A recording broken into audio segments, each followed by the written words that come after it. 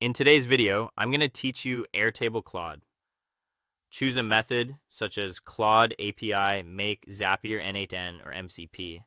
The goal here is to connect Airtable with Claude so your records can be read automatically, sent as prompts, and then updated with AI-generated results.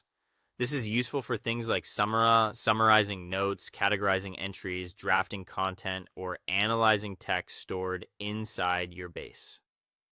To begin, choose the method you want to use for the connection. You can work directly with the Claude API if you want more control, or use a no-code automation platform like Make, Zapier, N8N, or MCP if you prefer a simpler visual workflow. The best option depends on your comfort level. If you want flexibility and customization, go with the API. If you want speed and ease of setup, a no-code tool may be the better fit. Next, create an Airtable personal access token. This token allows your automation to securely access the Airtable base and the specific tables you want to work with. As you set this up, make sure the token has the correct permissions, because if access is too limited, the workflow may not be able to read or update your records properly. Keep the token secure and avoid exposing it anywhere public. After that, get access to Claude or the Anthropic API. This gives your workflow the ability to send prompts to Claude and receive responses back. Depending on the method you chose earlier, you may connect your Claude account directly through an automation platform, or use an API key through a custom setup.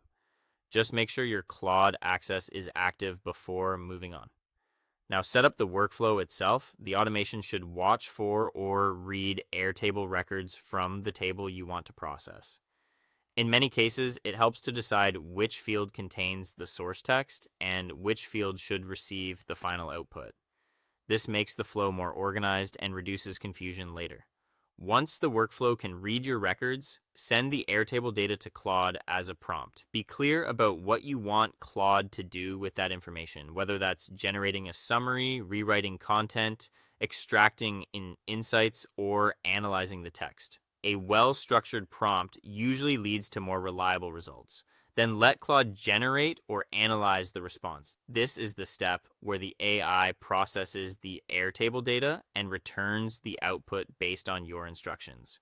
Finally, save Claude's output back into Airtable. Map the response to the correct field so each record is updated in the right place.